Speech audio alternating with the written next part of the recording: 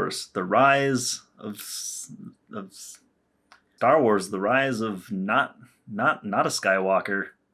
Star Wars Episode 9. It was a movie. Star Wars Episode 9 is the conclusion of the Disney trilogy to Star Wars. They picked up where George Lucas left off, and it doesn't really fit so well. Episode 9 doesn't fit into this trilogy very well, and this trilogy as a whole doesn't fit into the other original Star Wars movies very well. And I feel a lot of that came from the kind of push and pull from having two directors that had two very different creative takes on directing Star Wars.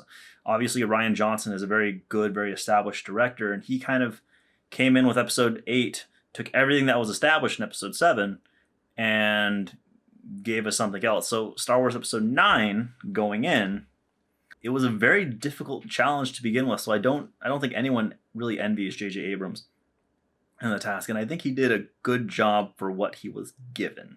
We're not alone. Good people will fight if we lead them. People keep telling me they know me. No one does.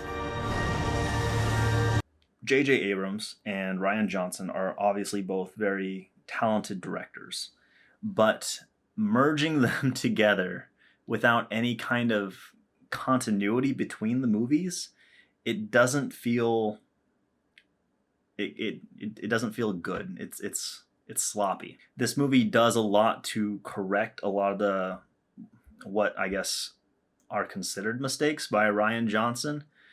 Rian Johnson obviously left Episode 8, The Last Jedi, without a main antagonist. I mean, the main antagonist was Kylo Ren, but the idea was to redeem Kylo Ren, just like the idea was to redeem Darth Vader in the original trilogies, but you still had a main antagonist, an overarching villain. And so who did they bring back as that overarching villain in this movie? Spoiler alert, it's Emperor Palpatine. This whole trilogy could easily be called the Palpatine saga as well as the Skywalker saga. So I want to start off by talking about the plot of this movie. The plot was it was a very MacGuffin based plot. You know, get the thing, go to the place, do the next thing, get the new thing, go to another place. It was like a video game. It really was.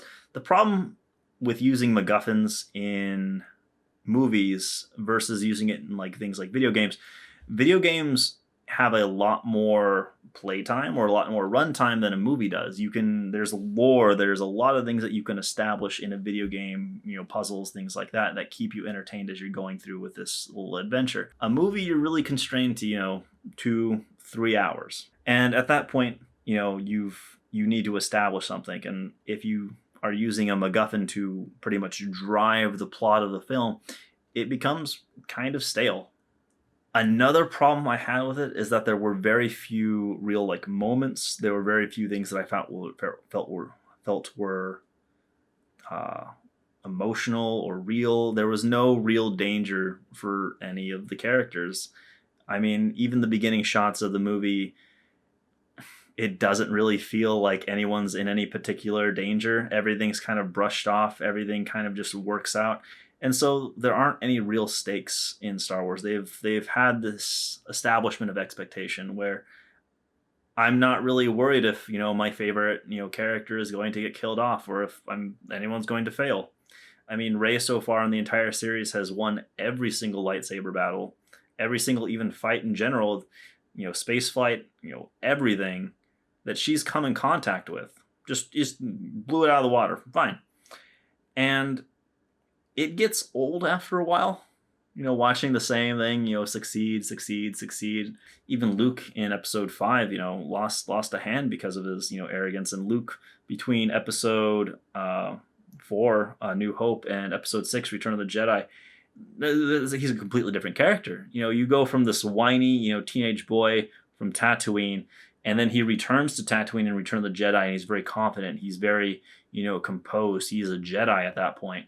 I just never felt that kind of drive for this entire trilogy, or for the main character Rey. So, like I said, there's no real consequences. C-3PO loses his memory. It's fixed easily. Millennium Falcon badly damaged, like massive damages in the first part, and that's fixed in like 3 minutes. Another big point from The Last Jedi is there was no one coming. That was a big point for the Resistance, that there was no real support, and that was kind of just solved in this movie. The bad guys, however, had all the difficulty in the world. All their problems were just unfixable. Some of the characters were really good. They had a new kind of Grand Moff Tarkin kind of character that I particularly enjoyed.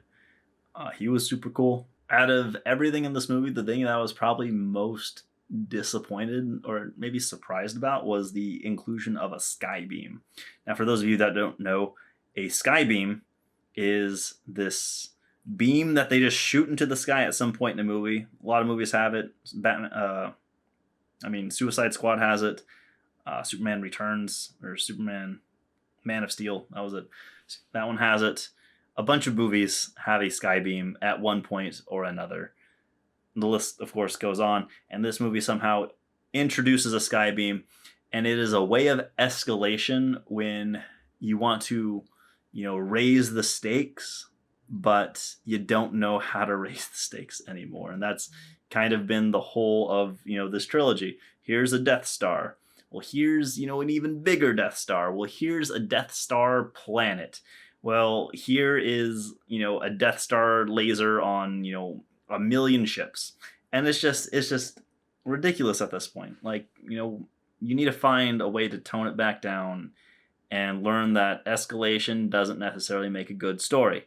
You need characters that have consequences. You need characters that you care about, and you need to have their individual stakes be raised. Not like, the world's going to end, and every movie now is the universe or the world's going to end, and it's just like so boring now. As ironic as that sounds, it's like, you hear, so often that something's going to happen, and you're just like, yeah, at this point, I don't care. I didn't like the inclusion of Palpatine in this film. I think it kind of negates the original premise of the original trilogies. It negates the prophecy of the prequels, which is that Anakin was the one to bring balance to the Force, and then he falls to the dark side. But in the original trilogy, he still winds up bringing balance to the Force. It was just like this real far, like, go around, like this prophecy fulfilled, but not how you think it was going to be fulfilled. He wasn't just going to be like this, super kind of savior kind of thing that would defeat all evil. He became the evil and then became good to defeat the evil. And, it was good. It was a good twist. I felt that was a good story, and that should have been closed there, but it wasn't. Palpatine's back. And so now it needs to be Rey. Rey needs to be the one to bring balance to the Force, just like Anakin did. Yeah. The dialogue is also very clunky. It is very just kind of in your face. There are a few lines where I literally just burst out laughing. I'm just like, someone wrote this. This is something that I would expect not even a lesser director to write, but it's just so in your face. It's not subtle at all. There's no real connection or emotion between the majority of the characters. There's one kind of emotional, kind of, connecting scene in the movie that I particularly enjoyed, but the dialogue as a whole, it didn't feel right. It didn't feel that of what I have expected in our day and age, and what we can do with a Star Wars film.